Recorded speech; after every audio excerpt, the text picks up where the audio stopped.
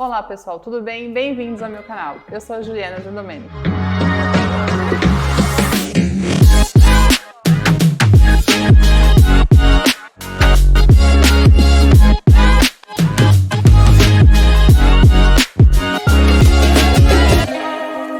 No vídeo de hoje nós vamos falar sobre pensão alimentícia e violência patrimonial. Você sabe o que é?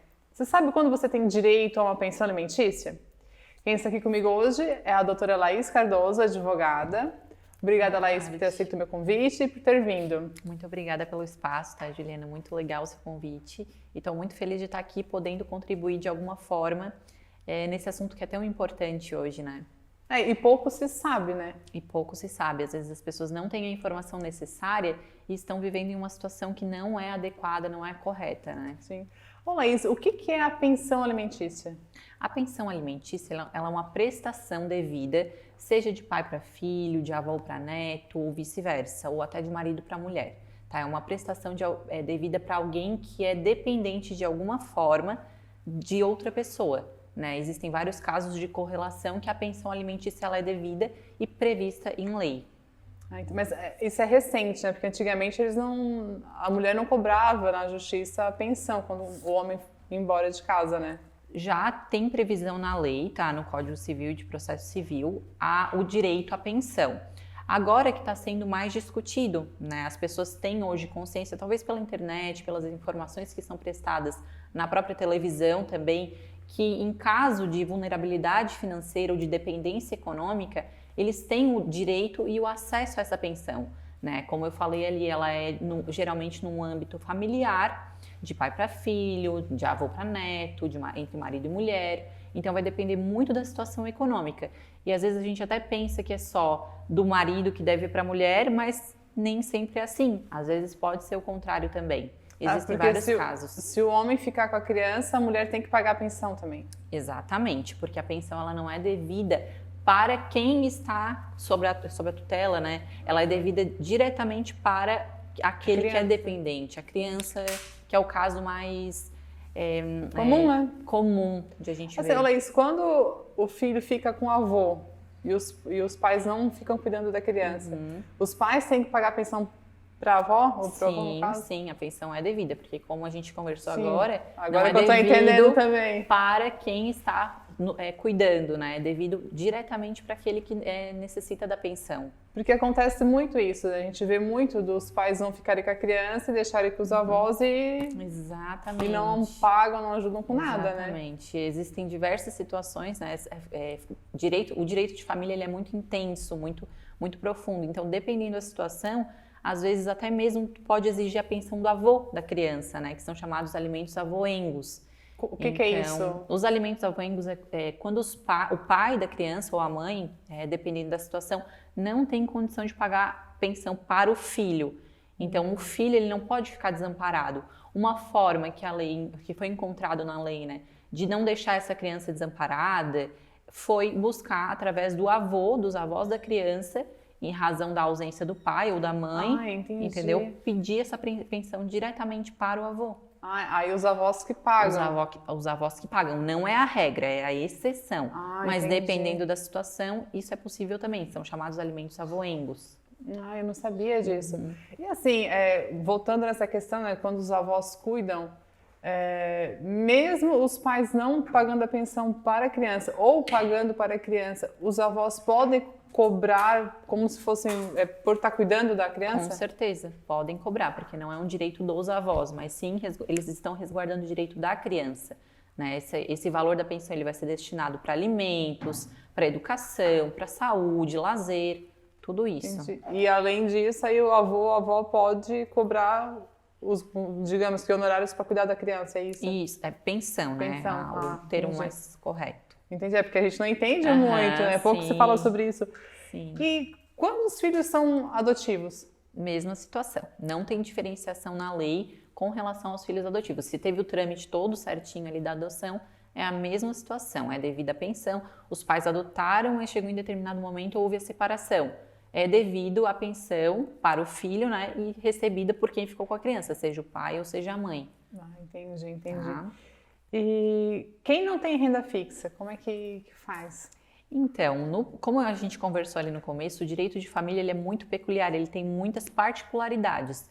Então, se tu entrares com uma ação cobrando do teu ex-marido, enfim, que não tem uma renda fixa, geralmente o juiz ele vai verificar no que aquela pessoa trabalha e existe um binômio que se chama de necessidade e possibilidade, que é a necessidade de quem precisa dos alimentos e a possibilidade de quem paga. Então, usando desse binômio, que é o equilíbrio, o juiz vai verificar qual a possibilidade de pagar essa pensão e fixar um valor. E a pessoa que deve a pensão, ela tem que ter um jeito de pagar. Ela vai ter que se virar, no caso. Vai ter que se virar nos 30. Porque assim, ó, o pai lá, ou a mãe, enfim, paga a pensão para a criança, vamos supor, vou dar um exemplo, R$300. Só que a criança gasta muito mais que isso, porque ela gasta a energia, ela toma banho, tem chuveiro, tem luz, tem celular, para fazer comida tem o gás. O pai ou a mãe tem que contribuir a mais desse valor alimentício? Porque a pensão já é alimentícia, já diz nome, né? Sim, a pensão alimentícia, ela via de regra engloba todos esses custos, tá? Porque não é só o pai que tem que arcar 100% com as despesas da criança, né? Ou a mãe, dependendo da situação. Mas vai depender muito do caso e do que for fixado, se for um processo judicial ou em um acordo, do que foi estipulado nesse acordo. Geralmente, com os nossos clientes, a gente coloca ali os gastos básicos dividido em 2 e despesas extraordinárias, como, por exemplo, saúde, que tu não prevê, né? Vai ter mês que não vai ter, mas tem mês que vão haver gastos maiores, né? E esses gastos extraordinários são arcados pelos dois. Os dois Mas tem que verificar a situação concreta, porque se for fixado pelo juiz, que é um valor X, 30% do salário mínimo, por exemplo, e nada mais que isso, então, dependendo da situação, não tem como cobrar mais. É complicado. Laís, e quando assim, ó, o casal se separou, tem um filho, mas a mulher não chegou a entrar na justiça porque ela não tinha condições financeiras, uma coisa e outra. Passou, sei lá, uns 3, 4, 5 anos e ela entrou na justiça. Esses anos passados que ela não entrou, ela pode cobrar? Ela até pode tentar cobrar, mas não é a regra, tá? Não Por é quê? a regra. Porque a pensão alimentícia, ela é imediata. Ela é uma prestação que ela é de caráter alimentar, como a gente conversou. Então, não vai ser uma dívida que vai ficar, que tu vai poder executar como uma dívida comum. Tá? Então ela tem um caráter imediato. E a revisão alimentar, né? A revisão alimentícia, como é que funciona? A pensão, em determinado momento, ela pode não entregar aquilo que a criança está necessitando e às vezes até mesmo a situação do pai ou da mãe se modificou para melhor ou para pior.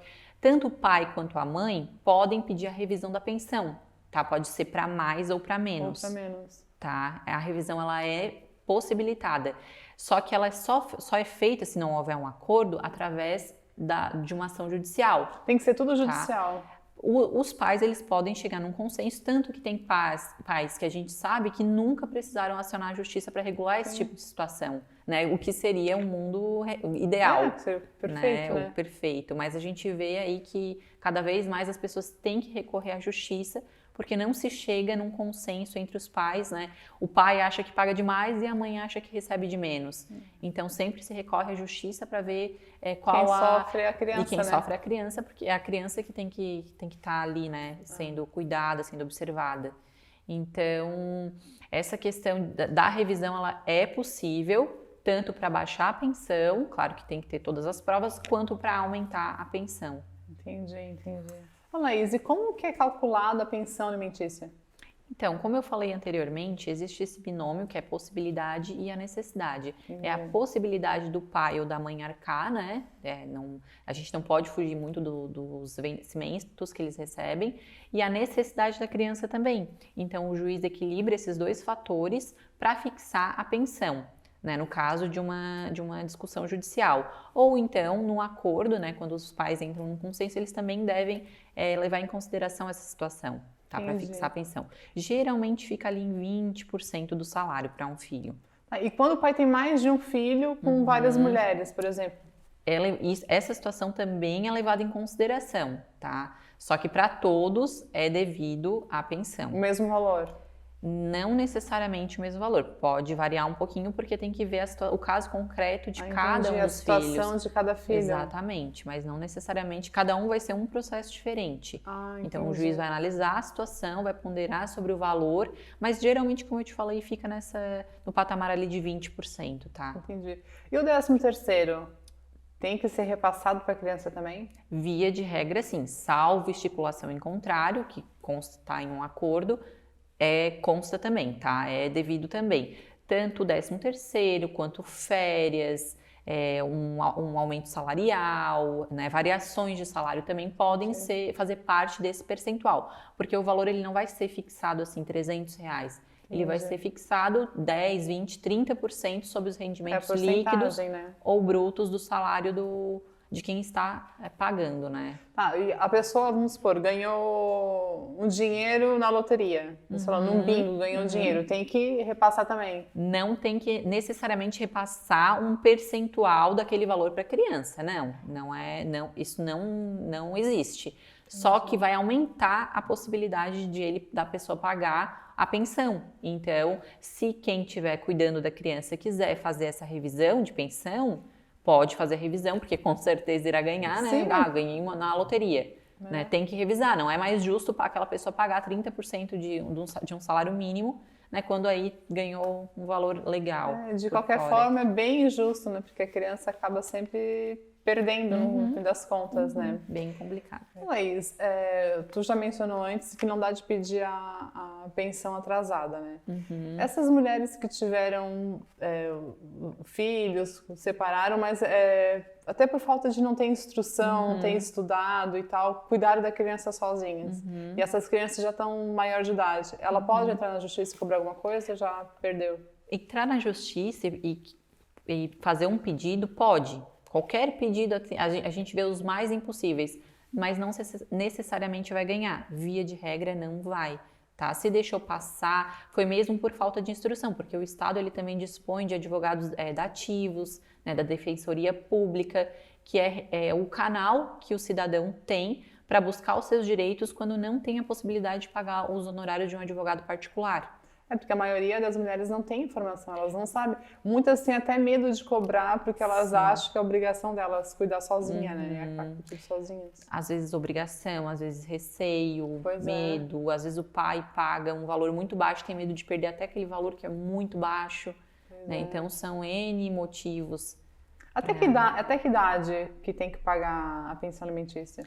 Por lei, até os 18 anos, né? Fez 18 anos, tem que ajuizar a ação para afastar essa obrigação da pensão, mas também se o adolescente, né, continuar estudando enquanto perdurar esse período de estudos, tá? Entendi. Então Em caso de emancipação? Em caso de emancipação, daí cessa o dever, salvo algumas exceções, né, de comprovação de que necessita de fato desse auxílio, né, de pensão.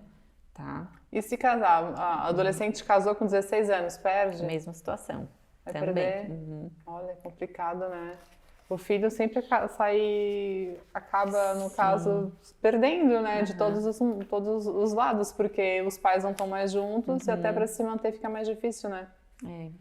Porque tu pressupõe se o adolescente está casando, né? Ali acima dos 16, que já tem uma condição de se manter, ou ele, ou o parceiro, né? Então tem esse pressuposto, né?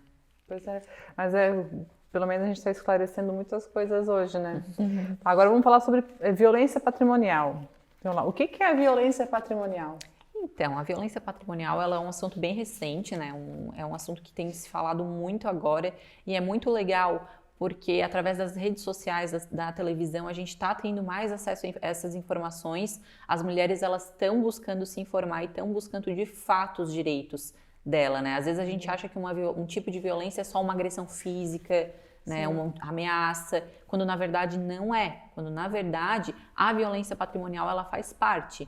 E esse tipo de violência ele se dá geralmente no âmbito doméstico, né? Pode ser de pai para filho, entre marido e mulher, e é quando há uma dilapidação do patrimônio, né? Que o marido ou não repassa um valor para a mulher. Acontece muito isso, né? Acontece muito.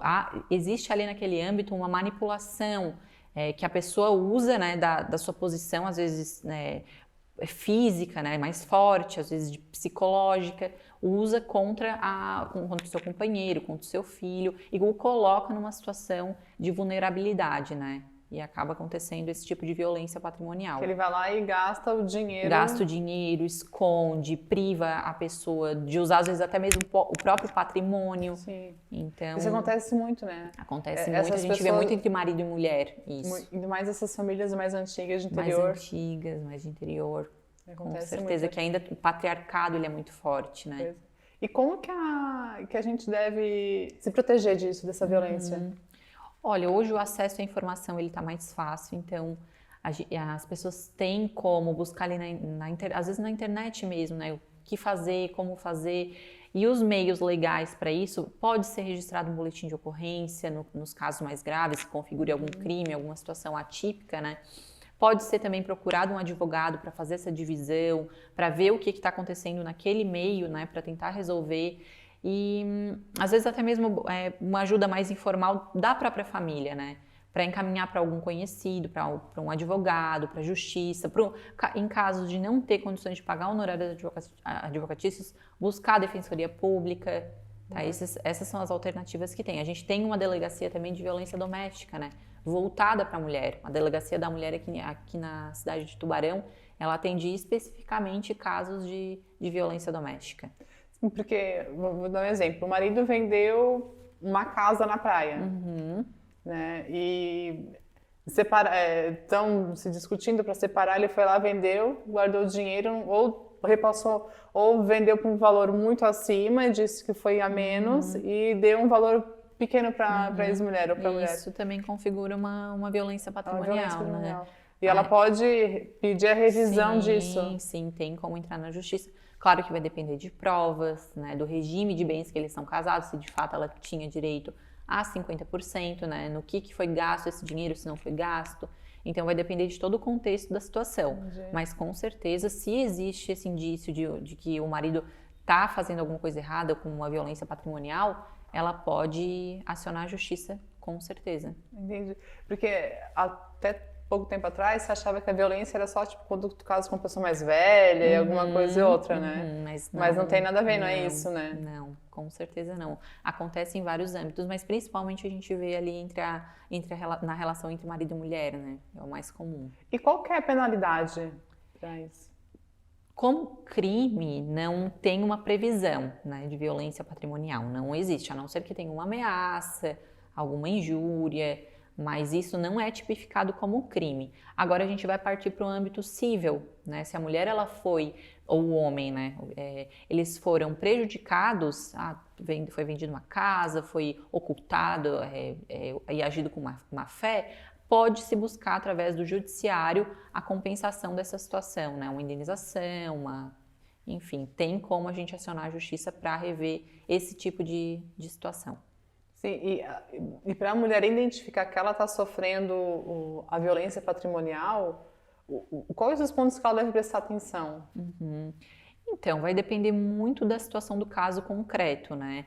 Quando ela vê que ela não está, existe um desequilíbrio, que o homem está gastando ou controlando demais o dinheiro, né, que está às vezes até invadindo o patrimônio da mulher ou vice-versa, né, porque a gente sabe que acontece menos, mas também acontece. Quando existe essa invasão de patrimônio, acesso a contas pessoais, então isso são indícios de que a situação ela está passando do limite, né, porque apesar do casal ter que compartilhar o dia a dia, tem que haver confiança, existe também a intimidade, né? Cada um tem a sua intimidade, cada um tem que preservar o seu patrimônio. Né? Tudo tem limite, tudo tem limite. Se deixar passar do limite, a gente cruza uma linha e às vezes passa a ser uma violência patrimonial. Sim. Outra coisa, existe a violência patrimonial entre avós e netos? Pode existir. Se existe uma relação ali de coabitação, se o avô está criando neto e acontece esse tipo de situação, até vice-versa, né? Às vezes o avô está mais velhinho, os avós estão mais velhinhos e o neto acaba se aproveitando, isso também pode configurar um tipo de violência patrimonial. A gente vê bastante situações nesse sentido, né, que às vezes os avós eles estão incapacitados e netos ou até mesmo os filhos, né, usam da boa fé, pedem para assinar documentos. Claro que isso no futuro pode ser passível de nulidade, mas a gente vê que acontece bastante também, Acontece tá? bastante, Então é possível sim haver esse tipo de violência entre netos e avós, entre filhos e pais, né? Isso aí acontece Sempre no também. âmbito familiar ali, né? Sempre no âmbito familiar, é muito peculiar, né? Às vezes até situações que a gente nem imagina, né? De genro, isso existe, é frequente, e foge aos nossos olhos porque é muito íntimo, né? No âmbito ali doméstico mesmo. Até os vizinhos sabem, os parentes sabem, mas eles acham que é normal, que é assim que tem que ser, né? Dependendo do local ali, da cultura, né? Da criação, mais interior, isso aí a gente vê com mais frequência ainda, né? Sim, eles acham isso é muito normal, né? Uma coisa que eu esqueci de te perguntar sobre a pensão alimentícia. Qual é a penalidade para quem não paga a pensão alimentícia ou se nega a pagar? Olha, uma das poucas causas no direito civil que hoje dá prisão é o não pagamento da pensão alimentícia. Então, não pagou, né, por um período superior ali a 3 meses, já pode ser dada a voz de prisão, tá? Já pode ser expedido um mandado de prisão. E o devedor, a gente sempre usa o pai como devedor, comum, né? É o mais comum. Mas o devedor ali da pensão, sendo a mãe ou o pai, pode ser preso e vai ser solto quando pagar a pensão, tá? E se o pai não tiver, o avô que paga, né? O avô que paga, que são os alimentos avoengos. E agora é crime a tortura psicológica. A tortura psicológica, eu acho que ela se encaixa de violência patrimonial, não? Também. Na verdade, eu ainda não sei se está previsto no Código Penal tipificadamente esse tipo de crime, né? Mas isso está caminhando, tá? Tem bastante discussão a respeito, porque é uma situação muito comum, né? E principalmente, novamente, entre homem para mulher, né? Aquela pressão, usando da superioridade, vamos dizer assim, física, né? Da força física que eles têm sobre a mulher.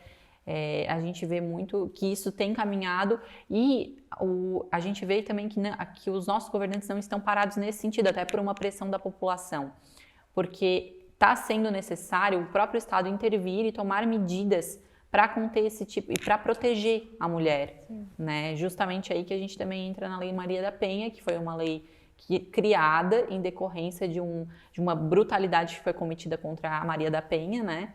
Que hoje é cadeirante. E que ela visa resguardar os direitos das mulheres. Foi um ganho muito grande para nós, muito grande, né? Muito importante. E abriu muitas portas para a mulher poder se defender, procurar ajuda, né? Sim. Porque muitas não tinham nem onde recorrer, né? Não tinha nem onde recorrer. Hoje a gente tem vara especializada de violência doméstica. A mulher ela pode ir na vara, na delegacia, no Ministério Público, pode solicitar a aplicação de medidas protetivas, que se chama, né? E mesmo se ela não tiver dinheiro, o Estado ajuda, né? Vai depender muito da situação, mas a medida protetiva ela é mais no sentido de afastar o agressor, né? Manter uma distância mínima, afastar ele de casa. Então tem várias medidas, dependendo do caso concreto, que podem ser fixadas quando é requerida a medida protetiva. Sim. Aqui é previsto em lei, é um avanço que foi muito, muito importante para a gente. Laís, e quando o pai ou a mãe falece, a criança ela recebe uma pensão do Estado, do governo, é isso? Isso, pode recorrer ao INSS, né? E a criança fica amparada por essa pensão até completar os 18 anos ou se provar até a finalização dos estudos. Tá, e se a pessoa que veio ao óbito, né, não pagava regularmente, não contribuía. O que acontece? Então, até uma situação engraçada, porque aconteceu comigo quando meu pai faleceu. Minha mãe tentou buscar no INSS e na época, eu não lembro os motivos, né, eu era criança, a gente não conseguiu. Só que hoje está um pouquinho diferente. Então, se tu conseguir demonstrar que em algum tempo os pais faleceram e contribuíram, vai depender muito da situação. Daí a gente já entra um pouquinho mais no âmbito do direito previdenciário, tá? Que tem que cumprir alguns requisitos para ter direito a esse amparo do Estado, né? Essa pensão. Tá, Laís, e a guarda compartilhada? Né? Como que ela funciona? Qual é o benefício dela? A guarda compartilhada, ela é uma saída bem interessante, né? Porque os pais, eles compartilham de forma igualitária as despesas, né? Dividem as despesas e também a presença ali, a companhia da criança. Então, basta separar os dias. Fica separar 15 os dias na casa de dias, um, 15 dias na casa de outro, é isso? ou dia sim, dia não, 2 dias com cada pai. Tá, então bom é uma isso, alternativa né? bem legal mesmo. E até às vezes para o pai que é relutante em pagar pensão, porque acha que a mãe vai gastar, ou vice-versa, né? É uma situação interessante. Claro que existem despesas que sempre vão haver, independente de estar com o pai ou a mãe, né? Por exemplo, escola, que vai ter que ser arcado pelos dois. Mas assim, se fica 15 dias com o pai, 15 dias com a mãe, cada um arca ali com as despesas básicas. E eu acho que é melhor até, né? Porque o pai vai lá pagar R$300, o que vai fazer? Não dá pra comprar quase nada, né? Hoje, o que a gente compra, né? Com R$300. Mas é bem complicado, porque a gente também não pode ultrapassar se o pai ou a mãe não tem condições de pagar muito mais. Porque acontece muito isso, né? De eles não terem condições, né? Acontece muito. A gente às vezes acha que não, que é uma realidade mais distante, mas acontece bastante. Não, eu sei disso. E ali falando dos filhos adotivos, né, quando tem o divórcio e o pai ou a mãe, enfim, né, a gente está usando uma figura aqui, né, se nega a pagar a pensão porque ele não é filho de sangue. Isso pode acontecer e como é que resolve isso? Depende da situação, porque se houve uma adoção, como a gente falou anteriormente, o pai ou a mãe vão ser obrigados a prestar esses alimentos. Agora, se houve ali a cocriação durante um bom tempo, aí teria que acionar a justiça, né, para o juiz decidir se é o caso de reconhecimento, né, do dever de prestar alimentos, porque durante aquele período de tempo todo, durante anos, aquela pessoa tomou o menor como seu filho, então tem a possibilidade de discutir isso na justiça, sim. Tá? Não quer dizer necessariamente que vai ganhar, porque é levado em conta muitos fatores. Mas na justiça a gente consegue discutir tudo e o direito de família ele é muito amplo, ele tem muita peculiaridade, né? Entendi. Porque isso é um assunto bem complexo, né? Porque se a pessoa fica cuidando ali, então provavelmente já, mesmo que não tenha adotado no papel, né? Adotou na vida já, né? Mas aí sempre a gente vai ter que ter o amparo do judiciário, né? Para saber como que vai ficar nesse tipo de situação e vai levar muito em conta o que aconteceu ali nessa família, né? Nesse núcleo familiar. E quando o pai e a mãe perdem o emprego e demoram para conseguir um novo emprego, como que fica? O pai, por exemplo, que deve a pensão para o filho, tem o seguro-desemprego, né? Que ele vai ter que arcar, ele é um meio que ele tem de sustento. Em caso de a pessoa realmente não ter como se manter, é recorrido aos avós, né? Os alimentos avoengos, mas assim, a gente não tem muita escapatória porque aquela pessoa, ela tem ela vai presa, né?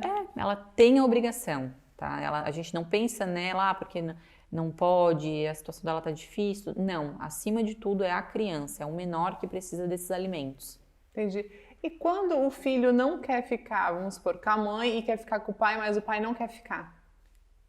Então, acima dos 12, 13 anos, o filho já tem o poder de escolha, tá? Só que não tem como obrigar a ficar com a guarda ficar com um pai se, né, ele não quer. Vai caber ao juiz definir se é melhor ele ficar com o pai ou com a mãe. Daí, se o juiz definir, não, é melhor ficar com o pai porque a mãe não tem condições, a mãe tem algum problema de saúde, aí o pai é obrigado, sim, a ficar com a criança, por decisão judicial, ou vice-versa, né? Ou a mãe é obrigada a ficar. E quando os dois lutam pela guarda da criança, como que fica? A mãe tem preferência, né? Até a gente sabe, o contato, a relação, ela sempre vai ter essa preferência, gerou, mas não né? ela que gerou, mas não é a regra, não é a regra. Até pelo desenvolvimento da criança, a gente sabe que é mais saudável a presença da mãe, né? Mas dependendo do caso, o pai também pode requerer a guarda, né? Dependendo do que acontece naquela família, porque a gente sabe, né? Acontece de tudo, né? Casos de droga, de doença, enfim, uma infinidade. Às vezes a mãe tá com outro parceiro que não é uma boa pessoa para conviver com aquela criança. Então vai depender muito da situação. Tá? Muito obrigada, Laís, por ter aceito o meu convite e por ter vindo até aqui. Juliana, muito obrigada, tá, pela participação, pelo convite aqui, tá? Fiquei bastante feliz. Eu não sei se o programa vai ao ar hoje, mas hoje é dia 11 de agosto, é dia do advogado. Então é muito importante pra gente que luta pelos direitos das pessoas todos os dias, né? Às vezes a gente vê sim injustiça, mas a gente vê, graças a Deus, mais a justiça sendo feita e nós estamos aqui para isso.